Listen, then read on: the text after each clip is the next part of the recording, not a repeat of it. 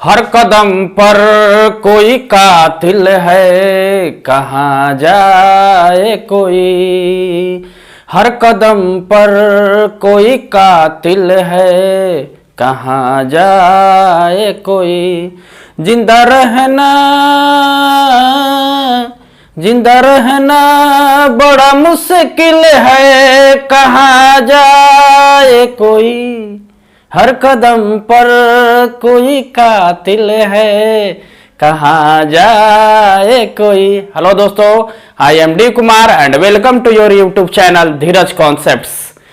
तो आ गए हम दोस्तों क्लास 11th का रिड्यूस सिलेबस को लेकर। और हमारा देखिए कौन कौन सा पॉइंट कटा हुआ है, कौन कौन सा पॉइंट को पढ़ना है और कौन कौन सा पॉइंट को आप पढ़ भी चुके होंगे। ठीक है, तो आज हम लोग देखने वाले हैं रिड्यूस सिलेबस को कि क्लास 11th में मैथ्स में हमारा क्या क्या सब्जेक्ट, क्या कौन कौन सा पॉइंट हमारा रिड्यूस हुआ है। तो चलिए दोस्तों देखते हैं। इसके पहले आपको हम बता दें कि रिड्यूस जो पॉइंट कटा हुआ है उसका पीडीएफ जो है आपको डिस्क्रिप्शन बॉक्स में मिल जाएगा, आप वहां से सर्च कर लीजिएगा। सिलेबस भी मिल जाएगा डिस्क्रिप्शन बॉक्स में। और जब भी मेरे वीडियो को देखिए तो एक कमेंट और एक लाइक जरूर कीजिए दोस्तों, ताकि इससे मेरा क्या है हौसला बढ़ता है, ताकि हमको लगता है कि नहीं जो लोग लाइक कर रहे हैं तो और बेटर से बेटर आपका जलवा वीडियो आ जाएगा। ठीक है, तो देर न करते हुए चलते हैं हम पॉइंट पे, इसके बाद फिर बीच में आएंगे। चलिए देखिए, जैक बोर्ड का सिलेबस क्लास 11th मैथ्स। अब यहां हमारे पास क्लास 11th में 16 चैप्टर है, जिसमें से हम 5 चैप्टर आपको स्क्रीन पर दिखाई दे रहा है। इसमें से कौन कौन सा पॉइंट हमारा कट गया है उस चीज पर हम डिस्कस करेंगे। ठीक है, तो चलिए सबसे पहले हम सेट से डिस्कस करते हैं। तो सेट में आपका इंट्रोडक्शन पढ़ना है। ठीक है, सेट एंड देयर रिप्रेजेंटेशन पढ़ना है कि roster form, set builder form, empty set जिसमें कोई एलिमेंट नहीं हो, फिनाइट सेट जिसको गिन सकते हैं, इनफिनाइट सेट जिसको नहीं गिन सकते हैं, इक्वल सेट, दो सेट का इक्वल सेट उसको कहेंगे जिसका number of elements and elements equal हो जाए। सबसेट, एक सेट का दूसरे सेट में एलिमेंट मिल जाएगा तो A set is a subset of B बोलते हैं हम लोग। पावर सेट आपको पता ही है, डैश निकालते हैं। यूनिवर्सल सेट एक्स को बोलते हैं। Venn diagram, operation of set, union intersection, complement of set, ads X minus A, और practical problem and union and intersection of set. तो यहां से देखिए हमारा क्या कट गया है। कंप्लीमेंट ऑफ सेट से क्वेश्चन नहीं आएगा, और practical problem, union and intersection जो प्रैक्टिकल प्रॉब्लम होता था और बाकी टोटल से हमारा आएगा। तो ये दोनों से हमारा जो है क्वेश्चन ये रिड्यूस हो चुका है। ठीक है, तो सेट से मात्र 2 ही पॉइंट, जो कि और जैसे वेन डायग्राम वगैरह ये सब भी रिड्यूस होना चाहिए था। ठीक है, क्योंकि आप पॉइंट से 40% रिड्यूस कर रहे हैं तो 40% का मतलब कि उतना होना चाहिए। ठीक है, कोई बात नहीं है, 2 पॉइंट हमको नहीं पढ़ना है। चलिए, रिलेशन एंड फंक्शन, संबंध और फलन। तो संबंध और फलन से हमारा क्या है रिड्यूस। तो इसमें हमारा कोई रिड्यूस नहीं है, सारा चैप्टर को हमको पढ़ना है।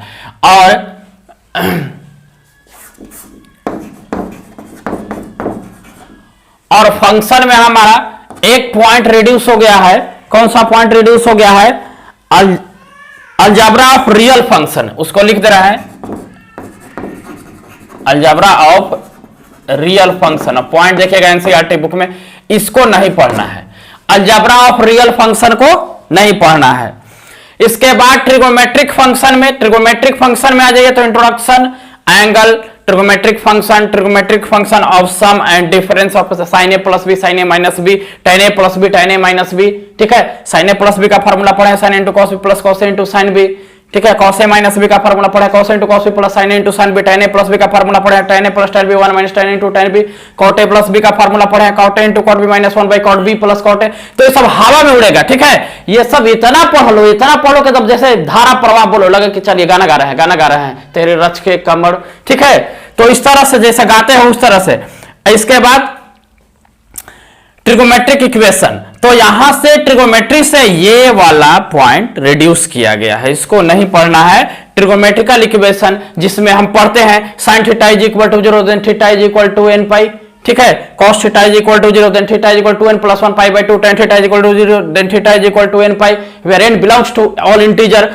तो ये सब जो पॉइंट है sin theta is equal to sin alpha then theta is equal to n pi plus minus 1 to the power n into alpha, cos theta is equal to cos alpha then theta is equal to 2n pi plus minus alpha, tan theta is equal to tan alpha then theta is equal to n pi plus alpha.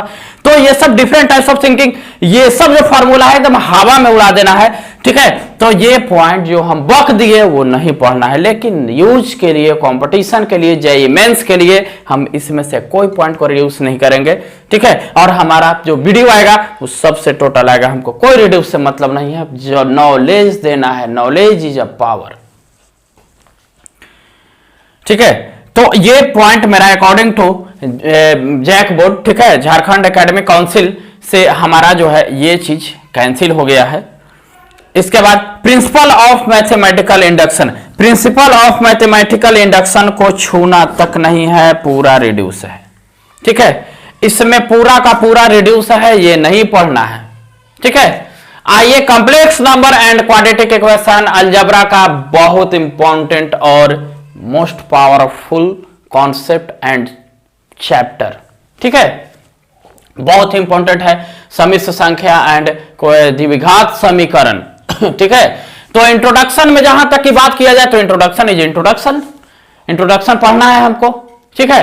इसके बाद जहां बात करते हैं complex number को हमको पढ़ना है, अलजेब्रा ऑफ कॉम्प्लेक्स नंबर उसको भी पढ़ना है, क्योंकि z1 plus z2 is equal to x plus I Y plus x1 plus I Y one plus x2 plus I Y two. तो रियल को रियल से जोड़ दो, इमेजिनरी को इमेजिनरी से जोड़ दो। तो ये सब मॉडुलस निकालना है, z is equal to x plus Y by mod z equal to root under x square plus Y square. तो ये सब पढ़े हैं।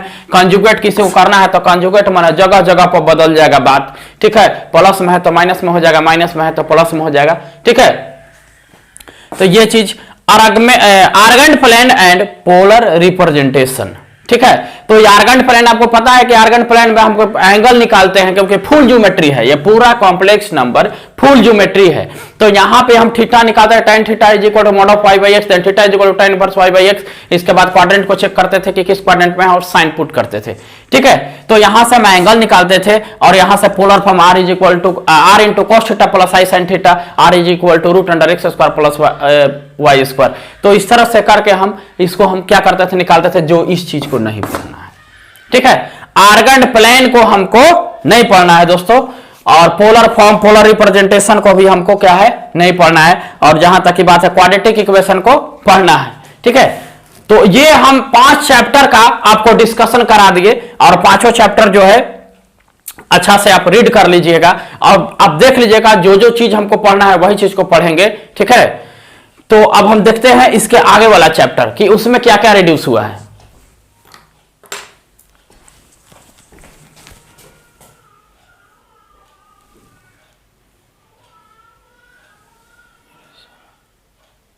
चलिए दोस्तों, अब हमारे पास चैप्टर 6 से लेकर चैप्टर 12 तक का चैप्टर का कंटेंट हमारे पास आ गया। अब देखिए इसमें क्या क्या रिड्यूस हुआ है, ठीक है। तो लीनियर इनइक्वालिटीज का बात कर लेते हैं, जिसमें आप इंटरवल पढ़ते हैं, close interval, open interval, close open close interval, और वहां से इनइक्वालिटीज में आप क्वेश्चन को बनाते हैं कि x is greater than 5, x plus Y is greater than equal to 5। तो हमारा जो होता है लाइन से टच करके जाएगा, इधर जाएगा कि इधर जाएगा, कि ये हट के रहेगा कि सट के रहेगा, ठीक है। तो इस तरह का। तो यहाँ पे लीनियर इनइक्वालिटीज में, तो लीनियर इनइक्वालिटीज में इंट्रोडक्शन देखिए, इन इक्वेशन देखिए, algebraic solution of linear equation in 1 variable देखिए, graphical solution of linear equation in 2 variable देखिए, solution of system of linear equation in 2 variable. तो यहां से हमारा एक पॉइंट रिड्यूस हुआ है 6.4, ये पॉइंट हमारा रिड्यूस हो गया है। ग्राफिकल सॉल्यूशन मतलब कि ग्राफ वाला क्वेश्चन हमारे पास नहीं आएगा, इनइक्वालिटी से ग्राफ खत्म। परमुटेशन एंड कॉम्बिनेशन के बात किया जाए तो परमुटेशन एंड कॉम्बिनेशन में सारा चीज ओके है, टोटल चीज आ रहा है, एक भी पॉइंट मेरा रिड्यूस नहीं है। यहां से 100% मिल रहे हैं हमको। बाइनोमियल थ्योरम नहीं पढ़ना है, तो सब्जेक्ट रिड्यूस था परमुटेशन, क्योंकि अगर बाइनोमियल थ्योरम को दे दिया जाता, परमुटेशन को काट दिया जाता तो आफत हो जाता। तो इसीलिए हमको किया क्या गया कि परमुटेशन और बाइनोमियल काट दिया गया। अब सीक्वेंस एंड सीरीज में आ जाइए। तो सीक्वेंस एंड सीरीज में जिसमें आप पढ़ते हैं एपी, जीपी एंड एचपी, तो सीक्वेंस एंड सीरीज में इंट्रोडक्शन पढ़ना है, सीक्वेंस पढ़ना है, सीरीज पढ़ना है। सीक्वेंस का मतलब कि जो कॉमा से हो, सीरीज का मतलब कि जो प्लस है, एपी मतलब कि अर्थमेटिक प्रोग्रेशन, और जीपी का मतलब ज्योमेट्रिकल प्रोग्रेशन। इसमें हम ऐसे निकालते हैं, इसमें भी ऐसे निकालते हैं, इसमें कॉमन डिफरेंस देखते हैं, इसमें कॉमन रेशियो चेक करते हैं। ठीक है, relationship between AM and GM, arithmetic mean और geometric mean, x plus Y by two root under x y. अगर दो x और y दिया हुआ है, इसका am निकालना है तो हम करते हैं x plus Y by two. अगर हमको gm निकालना है तो x y का अंडर रूट कर देते हैं तो gm निकल जाता है ज्योमेट्रिकल में। Sum of n term of special series, इसको नहीं पढ़ना है, ये हमारा रिड्यूस किया गया है यहाँ से। ठीक है, और यहाँ से HP भी रिड्यूस है, जो कि HP का हम लोग डिस्कशन कराते हैं।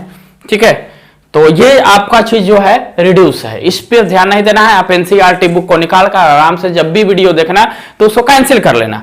ठीक है, स्ट्रेट लाइन। अब यहां ये हो गया ज्योमेट्री, मतलब कोऑर्डिनेट ज्योमेट्री। अब ये कोऑर्डिनेट ज्योमेट्री में हमको क्या क्या कंडीशन है, ठीक है, क्या क्या हमको पढ़ना है। तो यहां से देख लीजिए स्ट्रेट लाइन, कोऑर्डिनेट में इंट्रोडक्शन ऑफ कोऑर्डिनेट, जो इंट्रोडक्शन दिया straight line, slope of line, किसी लाइन को स्लोप हमको फाइंड करना है। ठीक है, तो हम वहां पे क्या फार्मूला अप्लाई करते हैं, tan थीटा लगा देते हैं, स्लोप निकल जाता है। वेरियस फॉर्म ऑफ इक्वेशन, और उस लाइन का बहुत तरह से पैरेलल है, परपेंडिकुलर है, एक लाइन दूसरे लाइन से इंटरसेक्ट होकर जा रहा है। ठीक है, तो उस लाइन का इक्वेशन क्या होगा, तो हम लोग एक स्लोप दिया हुआ है, पॉइंट दिया हुआ है, तो क्या इक्वेशन होगा, y is equal to mx plus C. ठीक है, तो उस तरह से हम लोग पढ़ेंगे। General equation of a line, फिर एक लाइन का हम जनरल इक्वेशन भी पढ़ते हैं, और distance of a point from a line. तो यहां पर जो हमारा रिड्यूसिंग पॉइंट है स्ट्रेट लाइन में, तो स्ट्रेट लाइन में देखिए हमारा कोई पॉइंट रिड्यूस नहीं है, सारा पॉइंट हमको पढ़ना है।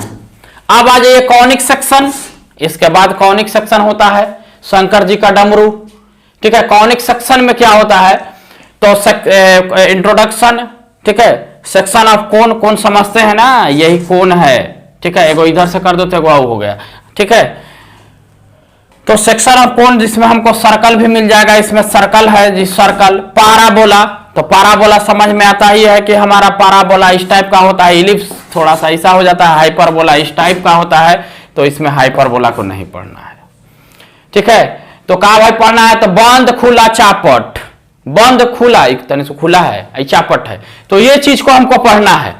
ठीक है, तो हम लोग सर्कल का इक्वेशन हम लोग पढ़ेंगे भी कि सर्कल का इक्वेशन हमारा क्या होता है। इसके बाद parabola y a square is equal to 4x। ठीक है, तो इसमें भी हम अपना डिस्कस कर लेंगे। इलिप्स का equation x square by a square plus y square by b square is equal to 1, ये चीज में माइनस लगा कर हाइपरबोला हो जाता है। क्लियर, और फिर सर्कल में भी बहुत तरह तरह का हम इक्वेशन को सर्कल में भी पढ़ेंगे। तो चलिए और आगे हम देखते हैं introduction of three dimensional geometry. ये भी, अब ये जो हम पढ़ रहे थे यहां से यहां तक, तो ये जो था ये कहा था 2D था, 2D ज्योमेट्री। अब यहां से ये जो हम डिस्कस करने वाले हैं इस पॉइंट को, ये है 3D। ठीक है, तो introduction to three dimensional geometry, तो introduction of three dimensional geometry में हमारा क्या कंडीशन होने वाला है। ठीक है, तो यहां पर इंट्रोडक्शन पढ़ लेंगे हम। Coordinate axes and coordinate plane in the plane in three dimensional space, तो यहां से coordinate axes and coordinate plane in three dimensional space, तो हम थ्री डायमेंशनल स्पेस में इस तरह से हम करेंगे। ठीक है, पढ़ेंगे तो हम लोग ये एक्स एक्सिस है, वाई एक्सिस है, जेड एक्सिस है, तो यहां से हम कोऑर्डिनेट हम लोग बनाते हैं। ठीक है, x 0 0 0 y 0 0 0 जेड, तो ये पढ़ेंगे हम लोग कि ये पॉइंट है, तो इसमें हम कैसे डिनोट करते हैं इस चीज को, किसी भी पॉइंट को यहाँ पे। ठीक है, ये 3D फिगर है, इसमें कोई भी पॉइंट को हम यहाँ पे हम क्या कर सकते हैं, शिफ्ट करा सकते हैं। ठीक है, तो इसको इस तरह से हम लोग शिफ्ट करा लेते हैं, ठीक है। कोई एक पॉइंट दिया हुआ है, ठीक है, यहां पे। तो चलिए, तो ये एक बात हो गया। तो यहां इंट्रोडक्शन हो गया coordinate axes and coordinate plane in 3 dimensional space. इसके बाद coordinate of a point in a space, ठीक है। डिस्टेंस बिटवीन 2 पॉइंट, तो जैसे हम कोऑर्डिनेट में पढ़ते थे ना, distance between 2 point √x2 - x1 का whole square plus y2 - y1, इस तरह से में 3 गो रहेगा, एक आ जाएगा z भी, ठीक है। तो और यहाँ वहां भी section formula internally externally coordinate में भी हम पढ़े हैं, mx2 + nx1/m + n, ठीक है। अब तो यहां पर भी हमारा सेक्शन फार्मूला, लेकिन ये 3 गो होगा, क्योंकि 3 डायमेंशन, किसी भी चीज का 3 डायमेंशन होगा। वहां हम खाली x, y पढ़ते थे कोऑर्डिनेट में, तो वहां से ये सेक्शन फार्मूला रिड्यूस है। सेक्शन फार्मूला को हमको क्या है, नहीं पढ़ना है, ठीक है। तो ये जो है पूरे जितना भी हम सिलेबस बता रहे हैं, ये आप अपने कॉपी में ये कर लीजिएगा कि किसको पढ़ना है, लेकिन हम आपको वीडियो में टोटल चीज हम आपको सिखा देंगे। सेक्शन फार्मूला को भी हम बता देंगे कि सेक्शन फार्मूला क्या होता है, ठीक है। क्योंकि ये हम आपको नॉलेज, ये तो आपका सिलेबस ये इस ईयर के लिए है, 20 to 21 के लिए है, ठीक है। अब जो बच्चे अगले ईयर में आएंगे तो उनको तो पूरा सिलेबस पढ़ना है, ठीक है। तो चलिए, यहां तक हम लोग कर लिए। अब आगे हम देखते हैं कि हम उसको फिर कैसे करेंगे, कहां से देखेंगे, 12 के बाद 13 से 16 को चैप्टर को देखते हैं कि उसमें क्या क्या रिड्यूसिंग हुआ है। तो चलो दोस्तों, चलिए दोस्तों, अब देखते हैं हमारे पास जो सिलेबस है उसमें हमको क्या क्या पढ़ना है। देख लीजिए, लिमिट एंड डेरिवेटिव, ये चीज बहुत इंपॉर्टेंट है। अगर ये कट जाता तो हमको तो एकदम पक्का है कि समझ जाता है कि सिलेबस का सेटिंग एकदम साफा गड़बड़ा गया है, कुछ सेटिंग नहीं, बस जो मन सो काट देगा। ये आपका नहीं कटा है, पूरा आ रहा है, क्योंकि ये जो है कैलकुलस का हार्ट है, ठीक है। कैलकुलस का जो है ये स्टार्टिंग पॉइंट है। अगर इस चीज को आप नहीं समझे तो गड़बड़ा जाएगा, यहां तक कि फिजिक्स भी आपका दिक्कत में आ जाएगा। तो लिमिट्स एंड डेरिवेटिव में introduction, idea of derivative, limit of trigonometric function और डेरिवेटिव, ठीक है। तो लिमिट, जैसे limit x tends to 0 sine theta by theta, theta tends to 0 1 पढ़े हैं, ठीक है। तो इस तरह से लिमिट में क्या होता है कि हमारे पास इनडिटरमिनेट फॉर्म होता है, इनडिटरमिनेट फॉर्म को चेक करना होता है। अगर इनडिटरमिनेट फॉर्म है तो लिमिट को सॉल्व करने से पहले इनडिटरमिनेट फॉर्म को हटाना होता है, तब उसका हम लिमिट का वैल्यू को पुट करते हैं, तो फिर हम वैल्यू गेट कर लेते हैं। इसके बाद डेरिवेटिव हो गया डिफरेंशिएशन, ठीक है। x का differentiation with respect to x1, y का differentiation with respect to y1, तो ये सब चीज को देखा जाएगा। मैथमेटिकल रीजनिंग नहीं आ रहा है, इसलिए इसका हम कोई कंटेंट नहीं लिखे हैं। स्टैटिस्टिक्स से आपका नहीं आ रहा है, इसका कोई कंटेंट नहीं लिखे हैं। इसके बाद आपका बहुत मस्त चैप्टर, जो क्योंकि 12 में भी नहीं हटा है इस बार, और 12 में भी बहुत हेल्पफुल होता है, तो प्रोबेबिलिटी, ठीक है। तो प्रोबेबिलिटी को का किसी भी पॉइंट को नहीं काटा गया है, नहीं हटाया गया है, जिसमें आपको इंट्रोडक्शन है, रैंडम एक्सपेरिमेंट है। मान लिया जाए कि किसी भी चीज को डायरेक्ट निकालेगा बिना जाने पहचाने, वो रैंडमली हो गया। ताश के एक पत्ता में से कोई एक कार्ड को आप निकाल रहे हैं तो रैंडमली हो गया। इवेंट्स का मतलब कि घटना हो क्या रहा है, ठीक है। अब यहाँ पे इवेंट हो रहा है कि मान लिया जाए कि हम निकाल रहे हैं, तो कार्ड को निकाल रहे हैं, तो वो एक मेरा इवेंट हो गया, ठीक है। एक्सोमेट्रिक अप्रोच टू प्रोबेबिलिटी, एक्सोमेट्रिक अप्रोच लगाकर हम उस प्रोबेबिलिटी को जब हम बनाते हैं तो उसको हम बोलते हैं एक्सोमेट्रिक अप्रोच टू प्रोबेबिलिटी। तो ये सब हमारा जैक बोर्ड में, झारखंड बोर्ड में इस बार का जो 2020 से 21 तक में जो है, जो सिलेबस फिक्स हुआ है, ये इस तरह का कुछ है। तो आपको यही टाइप का आपका सिलेबस को पढ़ना है, ठीक है। तो पूरा हम क्लास 11th का निचोड़ दिए, ठीक है, कि कौन कौन सा पॉइंट से, कौन कौन सा चैप्टर से कौन कौन सा पॉइंट को काटा गया है। तो आप इसको मेंशन कर लीजिएगा अपने एनसीईआरटी बुक में, टिक आउट कर लीजिएगा, और यही रणनीति के साथ आपको पढ़ाई करना है, ठीक है। मुर्दा दिल को जिंदा करके ना रख दूं, असफल विद्यार्थी को सफल बना के ना रख दूं, तो मेरा भी नाम डी कुमारवा नहीं, कि हर विद्यार्थी को उसके लक्ष्य तक पहुंचा के ना रख दूं, ठीक है। तो आपको इसी जोश और खरोश से आपको पढ़ना है, पढ़ाई को पढ़ाई की तरह समझकर पढ़ना है, ठीक है। तो चलो दोस्तों, आज तक इतना ही, और जब भी मेरे वीडियो को देखिए एक कमेंट और एक लाइक और अपने दोस्तों में शेयर कीजिए। थैंक यू दोस्तों।